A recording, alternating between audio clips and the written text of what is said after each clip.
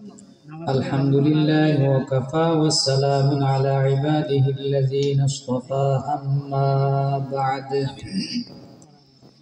فقد قال الله تبارك وتعالى في كلامه المجيد والفرقانه الحميد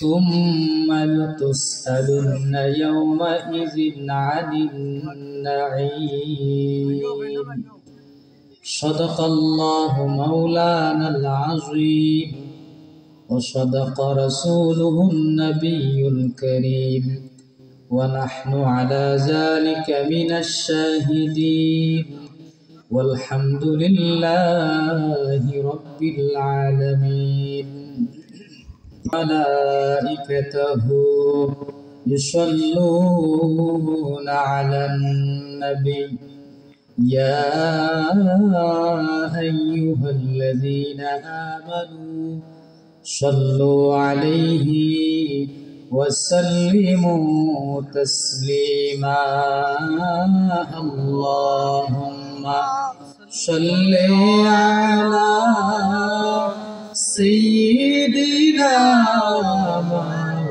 مولانا محمد وعلى آل سيدنا مولانا दिखा दे या इलाही मदीना कैसी बस्ती है कि जिसमें रातों दिन मौला तेरी रहमत बरसती है अल्लाहुम्मा सल्ली अला सय्यिदिना मौलाना मुहम्मद वअला आलि सय्यिदिना मौलाना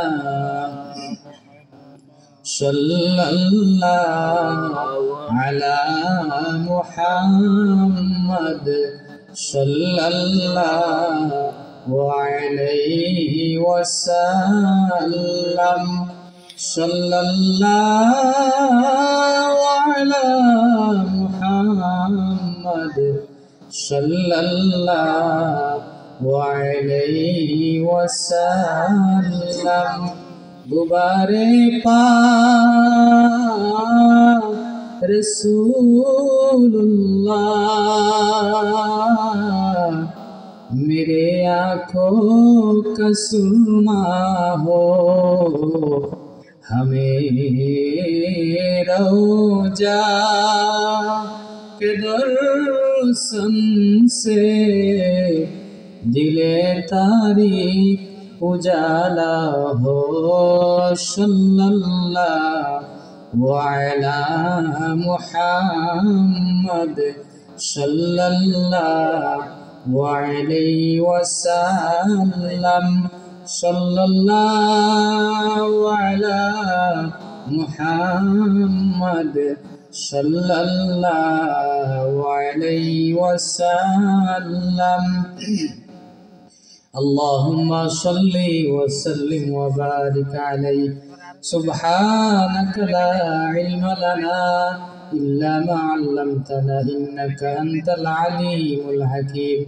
سبحانك لا فهم لنا إلا ما فهمتنا إنك أنت الجواد الكريم الحمد لله আমরা আমাদের রব আমাদের খালিক ও মালিক আল্লাহ পাক রব্বুল ইজ্জতের দরবারে অসংখ্য গুণিত শুকরিয়া যে সুস্থ শরীরে দুনিয়ার সকল ব্যস্ততা থেকে মুক্ত করে আমাদেরকে মহান রব জান্নাতি এই পরিবেশে আল্লাহর ঘর মসজিদের সামনে বসার তৌফিক দান করেছেন যিনি আমাদেরকে আমাদের রবের দরবারে আমরা শুকরিয়া আদায় করছি আমরা সবাই বলি আলহামদুলিল্লাহ প্যারা হাজিরিন লক্ষ কোটি দুরুদ ও সালাম মহান রব যেন পৌঁছে দেন সৃষ্টিকুলের সর্বশ্রেষ্ঠ যিনি রাহমাতুল লিল আলামিন রাহাতুল আশিকিন, মুরাদুল মুশতাকিন, শামসুল আরিফিন, সিরাজুস সালিকিন, আমিনা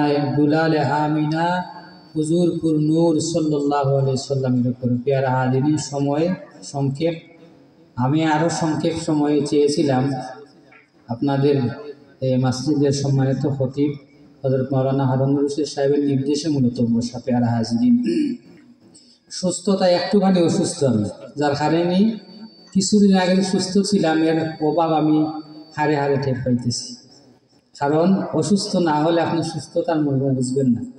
বুখারী শরীফের হাদিস, রাসূল করিম সাল্লাল্লাহু আলাইহি সাল্লাম ফরমান, দুইটা নিয়ামত আল্লাহ পাক রব্বুল আলামিন মানুষকে দান করেন, আর এই দুইটা নিয়ামতকে অধিকাংশ মানুষ এই দুইটা নিয়ামতকে কাজে লাগায় না। নিয়ামাতানে মাকবুনুন ফীহিমা কাসীরুম মিনান নাস, একটা হচ্ছে আসিহাতু আর একটা হচ্ছে আল ফারাগ, একটা হচ্ছে ফুরসত সময়, অবসরকালীন সময়, আর একটা হচ্ছে মানুষের শরীরের সুস্থতা এবং সবলতা। মানুষের শরীরের সুস্থতা এবং সবলতা এবং অবসরকালীন সময়, আমার অধিকাংশ সময় আমাদের অবসর সময় সামনে কাটে ফেসবুকে, ইউটিউবে। এই ফেসবুকের ইবাদত আর ইউটিউবিং করে আমাদের সময় কাটে। আর শরীরের সুস্থতা সবলতা অনেক ক্ষেত্রেই মানুষের জুলুম করে নিজের শরীরের সুস্থতা এবং সবলতা দিয়ে। পেয়ারা হাজিরিন, আল্লাহ পাক রব্বুল আলামিন আমাদেরকে সুস্থ রেখেছেন, এই জন্য আমাদের শুকরিয়া আদায় করা দরকার। আমরা সবাই বলি আলহামদুলিল্লাহ। পেয়ারা হাজিরিন, এর আগে যা আলোচনা হয়েছে এর উপরে আমি মনে করি একটা বই লেখা যাবে। আলহামদুলিল্লাহ, শুকরিয়া। পেয়ারা হাজিরিন, মসজিদের এই সামনে, আল্লাহর ঘরের সামনে মসজিদের এই বাগানে বসতে পেরেছি, আলহামদুলিল্লাহ। সময় সংক্ষেপ, আমি আয়াত পাঠ করেছি। আল্লাহ পাক রব্বুল আলামিন মানুষকে কিয়ামতের ময়দানে নিয়ামত সম্পর্কে, নাঈম সম্পর্কে প্রশ্ন করবেন। নাঈম বলতে আপনার ছেলে বা আপনার বাতিজা নাঈম সম্পর্কে নয়, নাঈম বলতে নিয়ামত। আল্লাহ পাক রব্বুল আলামিন আপনাকে যে দান, অনুগ্রহ, দয়ামায়া করেছেন, নিয়ামত দান করেছেন, এই সমস্ত নিয়ামতের ব্যাপারে মহান রব আল্লাহ পাক রব্বুল আলামিন আপনাকে প্রশ্ন করবেন, আমাকে প্রশ্ন করবেন। প্রত্যেকটা আপনার অধীনের প্রত্যেক ব্যক্তি, বস্তু, যা কিছু আছে, সকল কিছুর উপরে আল্লাহ পাক রব্বুল আলামিন কিয়ামতের ময়দানে আপনাকে প্রশ্ন করবেন। বুখারী শরীফের হাদিস, আল্লাহ রাসূল সাল্লাল্লাহু আলাইহি ওয়াসাল্লাম ফরমান যে কুল্লুকুম রাঈন ওয়া কুল্লুকুম মাসউলুন আন রাইয়াতি।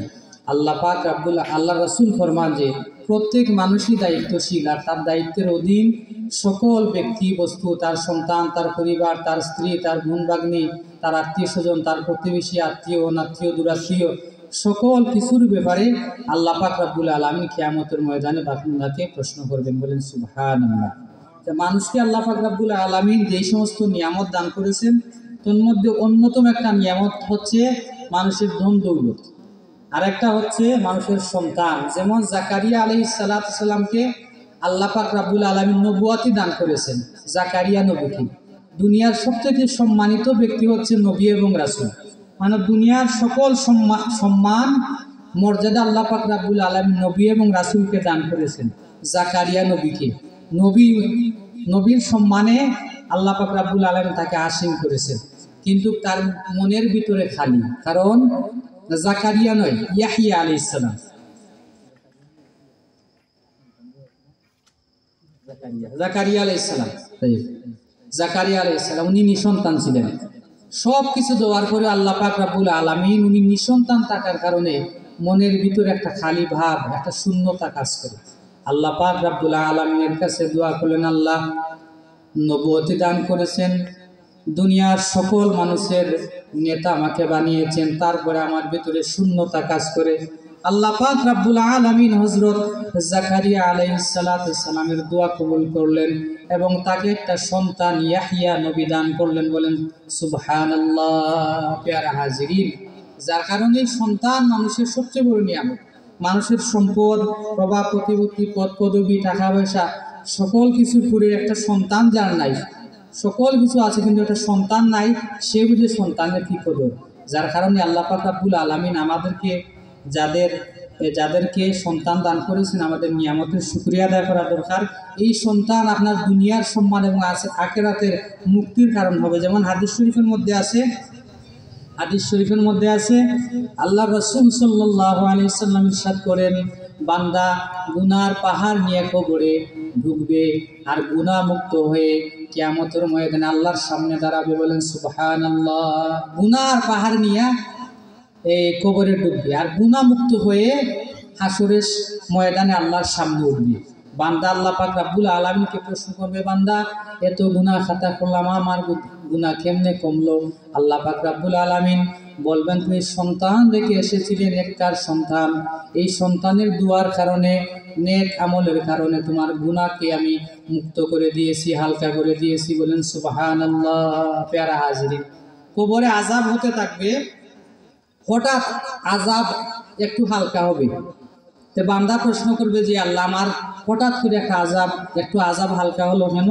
তখন আল্লাহ পাক রব্বুল আলামিন বলবেন, তুমি যে সন্তান রেখে এসেছিলে, নেককার সন্তান, সেই সন্তানটা তোমার জন্য দোয়া করতেছে, সেই সন্তানটা মাগফিরাত কামনা করতেছে।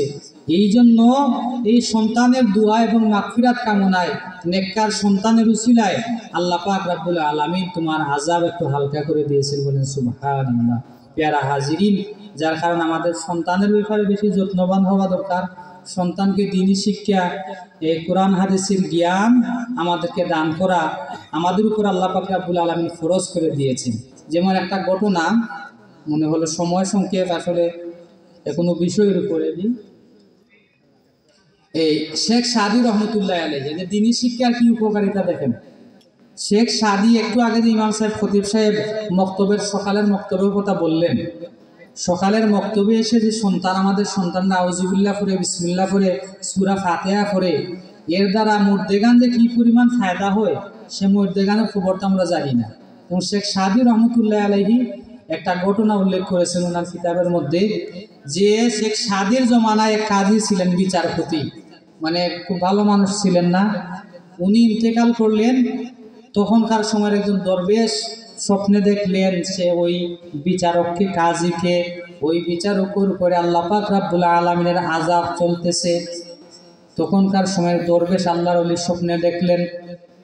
আল্লাহর ওলি প্রশ্ন করলেন, হে আল্লাহর বান্দা, তোমার উপরে এত আযাব হচ্ছে কেন? তিনি বললেন যে আমি দুনিয়াতে আল্লাহর নাফরমানি করার কারণে আজকে আমার উপরে আযাব হইতেছে। কিছুদিন পর ওই দরবেশী, ওই আল্লাহর ওলি দেখলেন যে আল্লাহর বান্দা, ওই যে কাজী সাহেব, বিচারক সাহেব, উনি জান্নাতের সুন্দর আসনে বসা, জান্নাতের ফলমূল উনি ভোগ করতেছেন। বলেন সুবহানাল্লাহ। দরবেশ সাহেব জিজ্ঞেস করলেন, হে আল্লাহর বান্দা, হে কাজী বিচারক, কিছুদিন আগে তোমাকে দেখলাম আযাবের মধ্যে আছো, আজকে দেখলাম তুমি জান্নাতের আসনে আসীন বসা আছো, ফলমূল ভক্ষণ করতেছো, এর কারণটা কি? এর ভিতরে এমন কি হলো যে আল্লাহ পাক রব্বুল আলামিন তোমার আযাব দূর করে তোমাকে জান্নাতে দাখিল করেছেন? বলেন সুবহানাল্লাহ। তখন ওই কাজী, ওই বিচারক সাহেব বললেন যে আমার স্ত্রীকে আমি গর্ভবতী রেখে এসেছিলাম, এবং আমি আমার স্ত্রীকে একটা ওসিয়ত করেছিলাম যে স্ত্রী যদি এই গর্ভের সন্তানটা যখন বড় হবে, সন্তান জন্ম লাভ করার পরে সন্তানটা যখন বড় হবে, তখন এই সন্তানকে তুমি মক্তবে পাঠাইও, তুমি মাদ্রাসায় পাঠাইও। আমার সন্তানটা আজকে বড় হয়েছে, আমার ওসিয়ত অনুযায়ী আমার স্ত্রী সন্তানকে মাদ্রাসায় পাঠাইছেন, আর এই মাদ্রাসায় প্রথম দিনই আসিয়া সে আমার নাম লইতেছে, আউযু বিল্লাহি মিনাশ শাইতানির রাজিম, বিসমিল্লাহির রহমানির রহিম, আলহামদুলিল্লাহি রাব্বিল আলামিন। আমার বান্দার সন্তান এসে বারবার আমার নাম লইতেছে, রহমান রহিম, মালিক ইয়াউমিদ্দিন, ইয়্যাকা না'বুদু ওয়া ইয়্যাকা নাস্তাঈন। বারবার আমার নাম লওয়ার কারণে আমি আল্লাহর রহমানিয়তের দরবারে দয়া মায়া লাগছে। আমি ওই বান্দার কাজী সাহেবের সন্তানের দিকে তাকাইয়া কাজী সাহেবের জিন্দেগির সকল গুনাহ আমি মাফ করে দিয়েছি। বলেন সুবহানাল্লাহ। প্যারা হাজিরিন, যার কারণে দুনিয়াতেই তো আপনারা দেখেন সন্তানের কারণে সম্মানী মানুষের অসম্মানিত হয়, অপমানিত হয়। আবার সন্তানের কারণে একবারে নগণ্য মানুষ, কেউ চিনে না জানে না, সেও জাতির কাছে পরিচিত হয়ে যায়। তার সন্তান এখন নগণ্য ব্যক্তি, কৃষক, তার সন্তান BCS পাস করে, তার সন্তান হাফিজে কুরআন হয়ে যায়, তার সন্তান বড় আলিম হয়ে যায়, বড় মাদ্রাসার খেদমতে নিয়োজিত হয়ে যায়। সন্তানের কারণে আমরা দুনিয়াতে সম্মানিত হই, আবার এই সন্তানের কারণে আমরা দুনিয়াতে অপমানিত হই। আল্লাহ পাক রব্বুল আলামিন আমাদের যাদেরকে আল্লাহ পাক রব্বুল আলামিন সন্তান দান করেছেন, এই সন্তানকে আমাদের দ্বীনি শিক্ষা দান করা আমাদের উপরে ফরজ। যেমন একটু আগে সম্মানিত খতিব সাহেব বললেন যে আল্লাহ পাক রব্বুল আলামিন আদেশ করে দিয়েছেন যে আপনার সন্তানের বয়স যখন 7 বছর হবে তখন আপনার সন্তানকে নিয়ে আপনি তাকে সাথে নিয়ে নামাজ পড়াইবেন। 7 থেকে নিয়ে 10 পর্যন্ত 3 বছর নামাজের ট্রেনিং দিবেন, আপনি নামাজের মাসনা মাসাইল শিক্ষা দিবেন। আর 10 বছর হলেই আল্লাহ রাসূলের আদেশ ওয়াদরিবুহু, যে তার বয়স যখন 10 বছর হয়, 8 সিনিন 10 বছর হবে তখন তুমি তোমার সন্তানকে নামাজ না পড়লে প্রহার করো। আরো বলেন সুবহানাল্লাহ। প্যারা হাজিরিন, যার কারণেই আমাদের সন্তানের ব্যাপারে আমাদের যত্নবান হওয়া দরকার।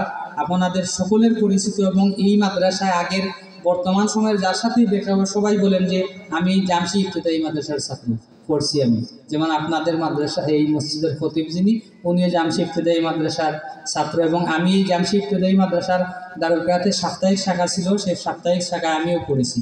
প্যারা হাজিরিন, এই ডুবাগাঁও মাদ্রাসার কল্যাণে, সাতগাঁও মাদ্রাসার কল্যাণে আপনাদের খতিব সাহেব, আমি সহ এলাকার যত আলিমুলাম আছেন সবাই এই মাদ্রাসার তৈরি। আমরা নতুবা আগেকার দিনে আমরা দেখছি যে 5 জন হুজুর দিয়া দোয়া করাই তৈরি, অনেক দূর থেকে শ্রীমঙ্গল থেকে হুজুর আনা লাগতো জানাজার জন্য, দোয়ার জন্য। প্যারা হাজিরিন, আলহামদুলিল্লাহ এই সমস্ত মাদ্রাসার দ্বীনি প্রতিষ্ঠানের কল্যাণে আমাদের আলিম উলামার সংখ্যা বাড়তেছে, কারি সাহেবের সংখ্যা বাড়তেছে, আমরা শুকরিয়া আদায় করছি আলহামদুলিল্লাহ। প্যারা হাজিরিন, জি আলহামদুলিল্লাহ, আমরা শুকরিয়া। এই মাদ্রাসাটা আল্লাহর দয়া, আমার আব্বার ওসিয়ত রক্ষার্থে আমি এখানে খেদমতে হাল ধরেছিলাম। আল্লাহর দরবারে শুকরিয়া, এলাকার মানুষের পরামর্শ, সাহায্য, সহযোগিতায় বর্তমানে এই 2024 সেশনে তো 24 বছরে এই 7 ক্লাস পর্যন্ত ক্লাস চালু ছিল। আমরা এক ক্লাস করে আগাইতেছি।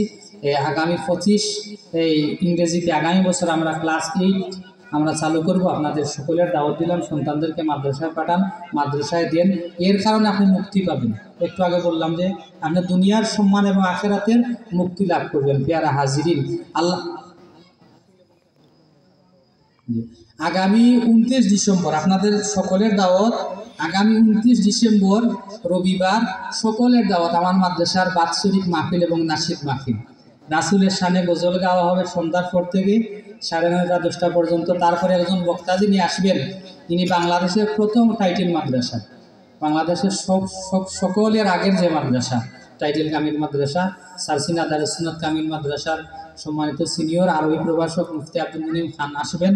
এবং আমাদের ফুলতলি মুসলকের অন্যতম প্রধান কবি এবং এই সঙ্গীত শিল্পী যিনি মাওলানা মুজাহিদুল ইসলাম বুলবুল, উনিও আসবেন।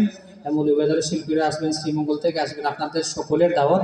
আল্লাহ পাক রব্বুল আলামিন যেন আমাদেরকে শরীক হওয়ার তৌফিক দান করেন, সবাই বলেন আমিন। প্যারা হাজিরিন, আর ছাত্রের ব্যাপারে তো আমাদের ইমাম সাহেব যিনি, আমরা লাহারপুর নিয়ে মুঠেও বিচলিত নয়। উনি আমার বলতেছেন যে আমি মাদ্রাসার কথা বলবো, লাহারপুর নিয়ে মুঠেও বিচলিত নয়। আসলে শুনেন, এই জবান সব কাজে লাগে না। মাওলানা হারুনুর রশিদ সাহেবের মতন আরো আলিম উলামা এবং জ্ঞানীজন গুণীজন এই এলাকায় আছে, বুঝছেন। সবার কথা সবার মুখ থেকে দিয়ে রাসূলের বাগানের কথা উচ্চারিত হয় না, ওনার মুখ থেকে উচ্চারিত হয় আল্লাহ পাক রব্বুল আলামিনের দয়া এবং মায়া ছাড়া আপনার মুখ দিয়ে সুবহানাল্লাহ বের হবে না। আল্লাহর হুকুম না হলে, আপনি সৌভাগ্যশালী না হলে আপনার মুখ থেকে লা ইলাহা ইল্লাল্লাহ বের হবে না, আলহামদুলিল্লাহ বের হবে না, আল্লাহর তাসবিহ বের হবে না, মসজিদ মাদ্রাসার কথা বের হবে না। প্যারা হাজিরিন, আসলেই সৌভাগ্যবান যারাই সৌভাগ্যবান তারাই এই মাদ্রাসার প্রচার প্রসারে আন্তরিকতার সহিত নিয়োজিত আছেন। আল্লাহ পাক রব্বুল আলামিন আমাদেরকে কবুল করেন, সবাই বলেন আমিন। প্যারা হাজিরিন, আমরা যেন আমাদের সন্তানদেরকে গুরুত্ব দিই, সন্তানদেরকে গুরুত্ব দেওয়া দরকার। কারণ এই সন্তানে আবার আপনার জাহান্নামে যাওয়ার জন্য সন্তানই যথেষ্ট। যেমন হাদিস শরীফের মধ্যে আছে, আল্লাহ রাসূল সাল্লাল্লাহু আলাইহি সাল্লাম ফরমান, ব্যক্তির উপরে জাহান্নামে যাওয়ার নির্দেশ আসবে যে বান্দা তোমার নেকির পাল্লা হালকা হয়েছে, তুমি জাহান্নামে যাও। ওই ব্যক্তি বলবে, আল্লাহ আমার একটা অনুরোধ, আমার ফিতা এবং মাথার ঘাড়ের মধ্যে পা না দিয়ে, আঞ্চলিক ভাষায় যেভাবে আমরা বলি উষ্টা না মেরে আমি জাহান্নামে যাব না। আল্লাহ পাক রব্বুল আলামিন ফেরেশতাদেরকে বলবেন, হে ফেরেশতারা, তার জন্মদাতা বাবা, গর্ভধারিণী মা, সেই বাবা মাকে উষ্টা মেরে ঘাড়ের মধ্যে পা দিয়ে কিভাবে সে জাহান্নামে যেতে চায়, কেন যেতে চায়, তখন ওই ব্যক্তি বলবে, হে আল্লাহ, আমার বাবা মা আমারে সঠিক দিনের শিক্ষা দেয় নাই, সঠিক জ্ঞান আমারে অর্জন করতে দেয় নাই, যার কারণে আমি বিপদগামী হয়েছি, আল্লাহর নাফরমানের দিকে আমি আগাইয়া গেছি, যার কারণে সেই দুঃখে আমি আমার পিতামাতাকে অপমানিত করে গাড়ির মধ্যে ফা দিয়ে আমি জাহান্নামে যেতে চাই। বলেন নাউজুবিল্লাহ। প্যারা হাজিরিন, যার কারণে শুধু সন্তান নয়, আমাদের ছোট ভাই, আমাদের পরিবার পরিজন, আপনার স্ত্রী, সকলের ব্যাপারেই আল্লাহ পাক রব্বুল আলামিন কিয়ামতের ময়দানে আপনাকে প্রশ্ন করবেন।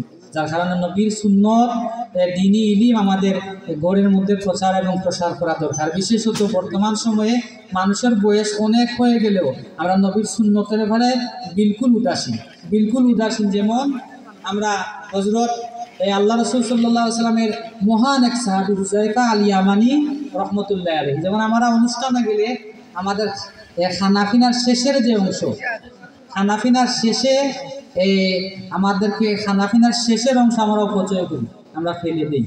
খানাফিনার শেষে বিবাহ অনুষ্ঠানও গেলে, কোনো অনুষ্ঠানও গেলে আমরা খানাফিনার অনেক খাদ্য আমরা অপচয় করি। আমরা 60টা খাই না, অথচ 60টা খাওয়া নবীর সুন্নত। পেয়ারা হাজিরি, রাসূল করিম সাল্লাল্লাহু আলাইহি সাল্লামের মহান একজন সাহাবী, সম্মানিত সাহাবী হযরত হুযায়ফা আল ইয়ামানি রাহমাতুল্লাহি আলাইহি, তৎকালীন সময়ের পরাশক্তি, মানে সবচেয়ে শক্তিধর রাষ্ট্র রোম রাষ্ট্রের দরবারে গিয়েছেন আল্লাহ রসুলের রাষ্ট্রদূত হয়ে, মদিনার রাষ্ট্রদূত হয়ে উনি রোম সম্রাটের সামনে গিয়েছেন। আল্লাহ রসুল সাল্লাল্লাহু আলাইহি সাল্লাম মদিনা রাষ্ট্রের এই প্রতিষ্ঠাতা রাসূল করিম সাল্লাল্লাহু আলাইহি সাল্লামের পক্ষ থেকে হযরত হুযায়ফা আল ইয়ামানি গিয়েছেন ইসলামের দাওয়াত দিতে। রোম সম্রাট বিশাল এক আয়োজন করলো, খানাপিনার আয়োজন। উনি খেতে লাগলেন, আর দু একটা রুটির টুকরা দস্তরখানার বাইরে পড়তেই দস্তরখানার রুটির টুকরা উনি সংগ্রহ করলেন, হাত দিয়ে তুলে খেতে আরম্ভ করলেন। তখন রোম সম্রাটের খাদিম যারা ছিলেন তারা বলতেছেন, এত বড় বাদশার দরবারে এত খানাপিনা আপনার সামনে, আর দুই একটা রুটির টুকরা করলো, আর আপনি রুটির টুকরা তুলে আপনি ভক্ষণ করতেছেন, খাইতেছেন। এই সম্রাটের শানে এটা মানায় না, আপনার সামনে অনেক খানাপিনা আছে। তখন হযরত হুযায়ফা আল ইয়ামানি রাহমাতুল্লাহি আলাইহি বলেছিলেন, আআতরুকু সুন্নাতা রাসূলিল্লাহি সাল্লাল্লাহু আলাইহি ওয়াসাল্লাম লিহাউলাইল হুমাকা, আমি কি এই সমস্ত দুনিয়াদারদের জন্য, দুনিয়ার নির্বুত ব্যক্তিদের জন্য আমার রাসূল করিম সাল্লাল্লাহু আলাইহি সাল্লামের সুন্নত পরিত্যাগ করব নাকি? বলেন সুবহানাল্লাহ। আমি এই সমস্ত দুনিয়াদার ব্যক্তিদের কারণে, দুনিয়ার সমাজ, এই সামাজিকতার কারণে রাসূলের সুন্নতকে কি আমি ছেড়ে দিব? বলেন সুবহানাল্লাহ। প্যারা হাজিরিন, নিজে রাসূলের সুন্নতের মাধ্যমে নিজের জীবনকে সুন্দর করে দেখবেন। যেন অনেকদিন আগে এক ব্যক্তির সুরত একরকম ছিল, সুরতের পরিবর্তন হয়েছে। সুরতের পরিবর্তনের কারণে সালাম কালাম, সম্মান, সামাজিকতায় উনার সম্মান আগের চাইতে অনেক বেশি বাড়িয়ে গেছে। বলেন সুবহানাল্লাহ। প্যারা হাজিরিন, যার কারণে আমরা যারা আমাদের দাড়ি নাই, আমাদের দাড়ি রাখা দরকার, আমাদের পাঞ্জাবি পরিধান করা দরকার, আমাদের টাকনুর উপরে কাপড় পরিধান করা দরকার। নিজের সন্তানের ব্যাপারে বললাম, সন্তানের ব্যাপারে বেশি যত্নবান হন। আসলে দ্বীনি শিক্ষার ব্যাপারে আমরা বলতে গেলে এখন অনেকটাই বেখবর। আমাদের বেখবর হলে চলবে না। দ্বীনি শিক্ষা আপনার উপরে ফরজ। কিয়ামতের ময়দানে আল্লাহ পাক রব্বুল আলামিন আপনার সন্তানের ব্যাপারে প্রশ্ন করবেন। হাদিস শরীফের মধ্যে আছে, সন্তানের ব্যাপারে বিশেষভাবে প্রশ্ন করা হবে, এবং এই প্রশ্নের উত্তর দেওয়ার পরে আপনি সামনে আগাইবেন অথবা পিছনের দিকে যাইবেন। বলে সুবহানাল্লাহ। প্যারা হাজিরিন, আল্লাহ পাক রব্বুল আলামিন আমাদের যাদেরকে সন্তান দান করেছেন, সন্তানের হক আদায় করার দরকার। বিশেষত আমরা প্রতিনিয়তই অধিকাংশ সময় সন্তানের উপরে পিতামাতার হক যেটা, এটা আমরা ওয়াজ শুনি, অনেক দূরে শুধু ওয়াজ শুনি। তো সন্তানের উপরে পিতামাতার হক, আবার পিতামাতার উপরেও সন্তানের যে অনেক হক আছে, বলতে গেলে অনেক সময়ের প্রয়োজন। এটা আমাদের বেশি ওয়াজ করা দরকার, জানা দরকার। আমার উপরে আমার সন্তানের হক আছে, আমাদের উপরে আমাদের সন্তানের হক আছে। আমাদের উপরে আমাদের সন্তানের হক যেটা, কয়েকটা হক আমি বলি।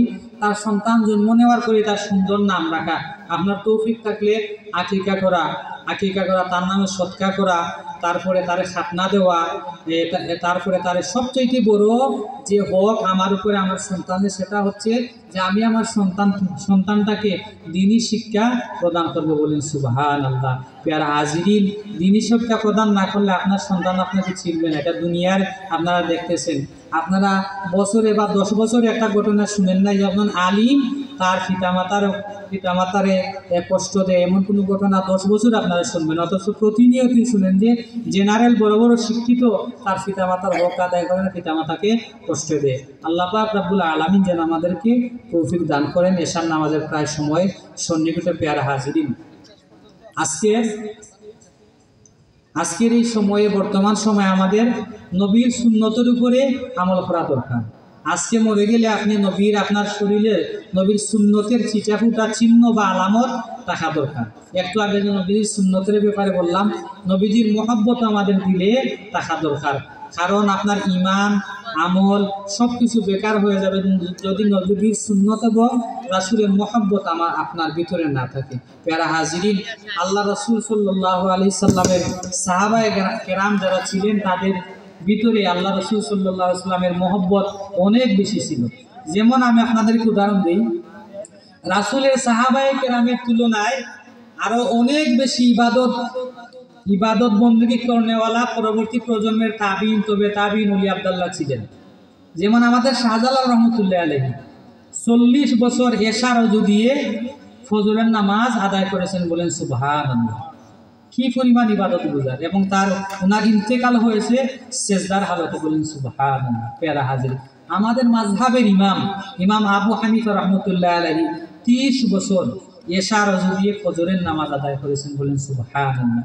উনি যখন পড়াশোনা শেষ করে আল্লাহ বিল্লাহ করতে গিয়ে একসময় নির্জন বাস, মানে পাহাড় জঙ্গলে চলে যাবেন, এই সমাজ নমাজ ভালো লাগে না, নীরবে নীরবে আল্লাহ বিল্লাহ করবেন, তখন আল্লাহ রাসূল সাল্লাল্লাহু আলাইহি সাল্লাম ইমামে আবু হানিফা রহমতুল্লাহ আলাইহি স্বপ্নের মধ্যে বললেন, আসসালামু আলাইকুম ইয়া ইমাম আল মুসলিমিন, হে মুসলমানদের ইমাম, হে মুসলমানদের ইমাম, তোমার প্রতি আমি নবী মুহাম্মদুর রাসূলুল্লাহ সাল্লাল্লাহু আলাইহি ওয়াসাল্লামের সালাম, বলেন সুবহানাল্লাহ। তুমি নির্দোষ বাস হইও না, তুমি আমার উম্মতের পথ প্রদর্শক, তুমি আমার উম্মতের নেতা, বলেন সুবহানাল্লাহ। প্যারা হাজিরিন, ইবাদত বন্দেগীর তুলনায় আসলে সত্যিকার অর্থেই ইবাদত বন্দেগীর তুলনায় সাহাবাদের ইবাদত বন্দেগী পরবর্তী প্রজন্মের, মনে করেন সাহাবাদের পরবর্তী প্রজন্ম তাবিঈন, তবে তাবিঈন, ওলি আব্দাল, বড় পীর আব্দুল কাদের জিলানী, অনেক ইবাদত গুজার ওলি আল্লাহরা বা ব্যক্তিরা ছিলেন। কিন্তু সাহাবারা অন্যান্য সকলের তুলনায় সম্মানিতের কারণ দুইটা কারণ। একটা হচ্ছে তারা স্বয়ং তাদের চর্মচক্ষে আল্লাহ রাসূল সাল্লাল্লাহু আলাইহি সাল্লামের দর্শন লাভ করেছেন, জিয়ারত লাভ করেছেন, বলেন সুবহানাল্লাহ। আর একটা হচ্ছে তাদের ভিতরে ছিল রাসূল করিম সাল্লাল্লাহু আলাইহি সাল্লামের মহব্বত দুনিয়ার সকল মানুষের তুলনায় বেশি, বলেন সুবহানাল্লাহ। আল্লাহর এই ইসলামের দাওয়াত দিতে গেলেন আবু বকর, কাবা শরীফের পাশে কাফিররা বসা, তিনি দাওয়াত দিতে গেলেন, তাওহীদের দাওয়াত দেওয়ার শুরুতেই তাকে অত্যাচার করে এবার রক্তাক্ত, তিনি বেহুশ হয়ে গেলেন। হুশ আসার পরে হযরত আবু বকর সিদ্দিক রাদিয়াল্লাহু তাআলা আনহুর হুশ আসার পরে সর্বপ্রথম হযরত আবু বকর রাদিয়াল্লাহু তাআলা আনহু বললেন যে আমার দিনের নবী মুহাম্মদুর রাসূলুল্লাহ সাল্লাল্লাহু আলাইহি সাল্লামের অবস্থা এখন কেমন, বলেন সুবহানাল্লাহ। তিনি নিজে রক্তাক্ত, বেহুশ হয়েছিলেন, কাফিরদের নির্যাতনে জুলুমের শিকার হয়ে। হুশ আসার পরেই সর্বপ্রথম কার কথা বললেন যে আমার দিনের নবী, আমার নবী মুহাম্মদুর রাসূলুল্লাহ সাল্লাল্লাহু আলাইহি সাল্লামের অবস্থা কেমন, উনি কি কাফির মুশরিকদের দ্বারা নির্যাতিত হয়েছে কিনা, বলেন সুবহানাল্লাহ। আল্লাহ রাসূল সাল্লাল্লাহু আলাইহি সাল্লাম ইন্তেকাল করলেন। ইন্তেকালের পরে রাসূলের পরম বন্ধু, সব সময়ের বন্ধু যিনি ছিলেন হযরত আবু বকর সিদ্দিক রাদিয়াল্লাহু তাআলা আনহু ক্রমশ আস্তে আস্তে দুর্বল হতে লাগলেন। হযরত মা ফাতিমা রাদিয়াল্লাহু তাআলা আবু বকরের ইন্তেকালের পরে বললেন যে আমার পিতার ইন্তেকাল হয়েছে, হায়াত শেষ, কিন্তু আমার পিতার ইন্তেকালের একটা অন্যতম কারণ হচ্ছে দিনের নবী মুহাম্মদুর রাসূলুল্লাহ সাল্লাল্লাহু আলাইহি সাল্লামের দুনিয়া থেকে চলে যাওয়া, বলেন সুবহানাল্লাহ। প্যারা হাজির, মানে রাসূলের প্রতি আল্লাহ রাসূল সাল্লাল্লাহু আলাইহি সাল্লামের মহব্বত ছিল অনেক বেশি। এই রাসূলকে তারা চর্মচক্ষে দেখেছেন এবং মহব্বত অন্যান্য দুনিয়ার সকল ওলি আব্দাল, সকল মানুষের তুলনায় বেশি ছিল বিধায় তারা দুনিয়ার অন্যান্য সকল মানুষের তুলনায় বেশি সম্মানিত। পেয়ারা হাজিরিন, আমরা যেমন রাসূলের সাহাবা কেরামদেরকে অনুসরণ করি, যেমন একটা কথা বলি মনে হয়েছে, রাসূলের সুন্নতের প্রতি দেখেন সাহাবায়ে কেরামের কোনো কাটছাট ছিল না। যেমন আল্লাহ রাসূল সাল্লাল্লাহু আলাইহি সাল্লামের মহান সাহাবী হযরত উমর আল ফারুক রাদিয়াল্লাহু তাআলা সাহেবজাদা হযরত আব্দুল্লাহ, হযরত উমরের ছেলে আব্দুল্লাহ, উনার ছেলে সালিম রহমতুল্লাহ আলাইহি, উনি তাবেঈ। উনি একদিন বাকুত লইয়া খানা খাইরা, তখন কদুর তরকারি ছিল, কদু আর গোশত। তখন সালিম বলেন যে উনার আব্বাস আব্দুল্লাহকে বলতেছেন যে এই কদুর গোশতটা আমার ভালো লাগে না, আমার পছন্দ না। তখন উনার আব্বা হযরত উমর আল ফারুক রাদিয়াল্লাহু তাআলা আনহুর সন্তান আব্দুল্লাহ, উনিও সাহাবী, উনি বললেন যে হে আমার সন্তান, এই কদুকে আল্লাহর রাসূল দিনের নবী মুহাম্মদুর রাসূলুল্লাহ সাল্লাল্লাহু আলাইহি সাল্লাম পছন্দ করতেন। তরকারি থেকে এই কদু তুলে তুলে নিজে আল্লাহ রসুল খাইতেন, বক্ষণ করতেন। তুমি খাও না, তোমার রুচির ভিতরে না, এটা অন্য বিষয়, কিন্তু তুমি পছন্দ করো না, তুমি ভালোবাসো না, এটা তুমি কখনো বলবে না। আবার সালিম বললেন যে এই কদু তরকারিটা আমার ভালো লাগে না। হযরত উমর আল ফারুক রাদিয়াল্লাহু তাআলা আনহুর সন্তান, যিনি মহান সাহাবী ছিলেন হযরত আব্দুল্লাহ, তিনি বললেন হে সালিম, রাসূলের সুন্নতকে তুমি পছন্দ করো না, আবার বললা তুমি, তোমার সাথে আমার পিতা পুত্রের আর কোনো সম্পর্ক নাই। বলেন সুবহানাল্লাহ। রাসূলের সুন্নতকে আমি বলতেছি যে রাসূলে এটা পছন্দ করেন, তোমার রুচি নাই, খাও না, ভালো লাগে না, কিন্তু এটা প্রকাশ করে না। আমি বললাম যে রাসূলের সুন্নত। উনি অনেক দিন, এই কিতাবের মধ্যে আছে প্রায় 2.5 মাস বারবার বহুবার সালিম আব্দুল্লাহর পায়ে ধরে কান্নাকাটি করতেছেন, মাপ চাইতেছেন, তারপরে উনার রাগ কমে না। রাসূলের সুন্নতরে তুমি পছন্দ করার কথা বলো, তোমার ভালো না লাগার কথা বলো। জুড়ে বলেন সুবহানাল্লাহ। প্যারা হাজিরিন, যার কারণে আমাদের রাসূলের সুন্নত এবং সুন্নতের অনুসরণ এবং অনুকরণ করা দরকার। যেমন আল্লাহ রাসূলের একটা সুন্নত না, এটা ফরজ। যেমন আমরা টাকনুর উপরে, টাকনুর নিচে আমাদের শতকরা 90% মুসলমানের টাকনুর নিচে আমরা কাপড় পরিধান করি, অথচ এই টাকনুর নিচে কাপড় পরিধান করা শরীয়তে, মানে আমাদের ইসলামিক আইনের লতে এটা সম্পূর্ণ নাজায়েজ, ইলিগেল, নাজায়েজ, হারাম, আপনার গুনাহ হবে। হাদিস শরীফের মধ্যে আছে কয়েক শ্রেণীর মানুষকে কিয়ামতের ময়দানে আল্লাহ পাক রব্বুল আলামিন রহমতের নজরে, মায়ার নজরে কিয়ামতের ময়দানে তাদের দিকে তাকাবেন না। এর মধ্যে এক শ্রেণী হচ্ছে যারা অহংকারের সহিত, যারা অহংকার করে টাকনুর নিচে তার কাপড় পরিধান করে, টাকনুর নিচে তার কাপড়কে ছেড়ে দেয়, তাদের দিকে আল্লাহ পাক রব্বুল আলামিন কিয়ামতের ময়দানে মায়া এবং দয়ার নজরে তাকাবেন না। বলেন সুবহানাল্লাহ। আজকে ওয়াজে আসলাম, অন্ততপক্ষে এই আমলটা করেন, না আপনার ফ্যাশন নষ্ট হয়ে যাবে। ফ্যাশন নষ্ট হয় না, নবীর সুন্নতের মধ্যেই ফ্যাশন। এখন দেখবেন বড় বড় অনুষ্ঠানে বড় বড় লোকেরা পাঞ্জাবি করে এবং দাড়ি কিছুদিনের জন্য ওরা দাড়ি একটু লম্বা রাখে, তার সামনে একটা অনুষ্ঠান আছে পাঞ্জাবি। এর কারণ কি?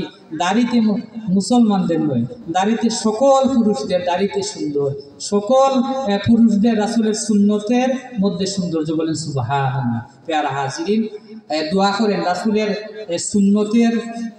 সুন্নত নিজের দিলের ভিতরে, রাসূলের সুন্নতের প্রতি মহব্বত তৈরি হওয়া দরকার।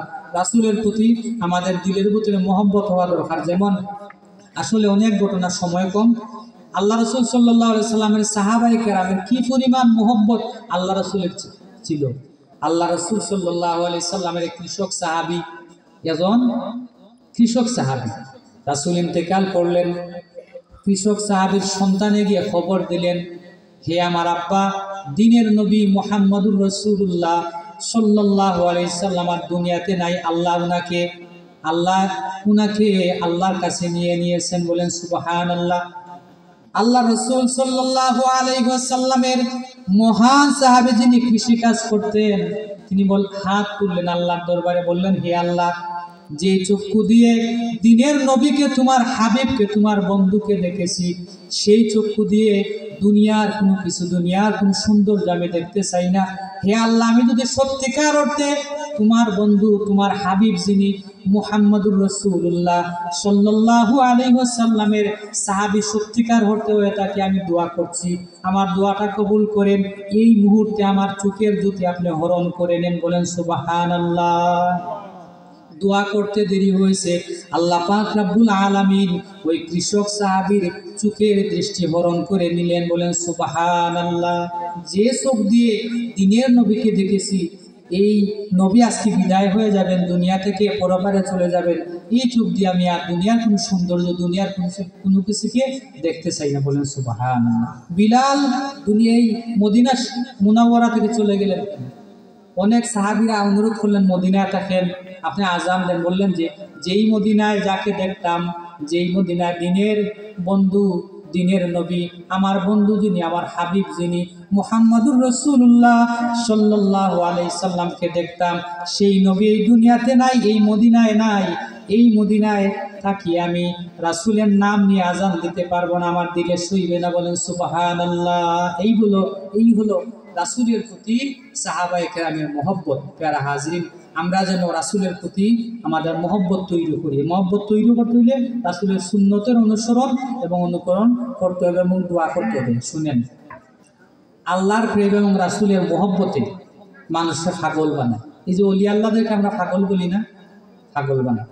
যেমন আল্লাহর প্রেম এবং রাসূলের প্রেম। হযরত মূসা নবীর জমানায় হযরত মূসা নবী দিনের দাওয়াত দেওয়ার জন্য যাচ্ছিলেন, দেখলেন যে এক ব্যক্তি দোয়া করে যে, হে আল্লাহ, তোমার এক জর্রা পরিমাণ মহব্বত প্রেম আমার ভিতরে আপনি দান করেন। আল্লাহ, তোমার সামান্য পরিমাণ প্রেম মহব্বত এশক আর মহব্বত আমার দিলের মধ্যে দান করেন। হযরত মূসা নবী বারবার ওই ব্যক্তির দোয়া কান্নাকাটি করে দোয়া করতেছেন, দোয়া শুনতেছেন আর বলেন, আল্লাহ, এক জোররা পরিমাণ, সামান্য পরিমাণ মোহব্বত যদি তার দিলের মধ্যে আপনি দান করেন, আপনার কি বা আইবার জন্য। তখন আল্লাহ পাক রব্বুল আলামিন বলেন, হে মূসা কালিমুল্লাহ, এই ব্যক্তি আমার যেইভাবে দেওয়ানা হয়েছে, তার দিলের মধ্যে এক জর্রা নয়, এক জর্রার চাইতে আরো কম পরিমাণ মহব্বত যদি, আমার প্রেম যদি তার দিলের মধ্যে আমি প্রবেশ করাই, লুকাইয়া দেই, এই দুনিয়ার কোনো কিছু, তার পরিবার পরিজন, তার সন্তান, তার প্রতিবেশী সব কিছু ভুলে দিয়ে এমনকি সে তার নিজেকে নিজে ভুলে যাবে। বলেন সুবহানাল্লাহ। এই হলো প্রেম। প্রেম আপনাকে নবীর সুন্নতের অনুকরণ করতে বাধ্য করবে।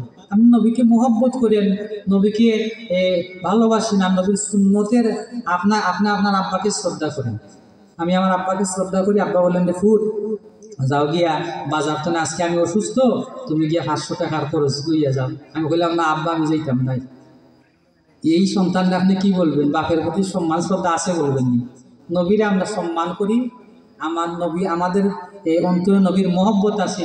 এর প্রমাণ কি? রাসূল করিম সাল্লাল্লাহু আলাইহি সাল্লামের সুন্নতের অনুসরণ এবং অনুকরণ করার মাধ্যমে। প্যারা হাজিরিন, আসলেই এলোমেলো অবস্থাল, আমি অসুস্থ বলতে গেলে আপনাদের এই মসজিদের সম্মানিত ইমাম যিনি খতিব মাওলানা হারুনুর রশিদ সাহেবের নির্দেশে বসে, আমার পায়ের মধ্যে জখম, দোয়া করবেন। আর আবারও দাওয়াত দিই, আমার জামশিদ দারুস সুন্নাহ দাখিল মাদ্রাসা, যেটা আগে জামশি ইবতেদায়ী মাদ্রাসা ছিল, পশ্চিম জামশির সংলগ্ন, এটার বাৎসরিক ওয়াজ 29 ডিসেম্বর রবিবার, সবাই যাবেন আপনারা।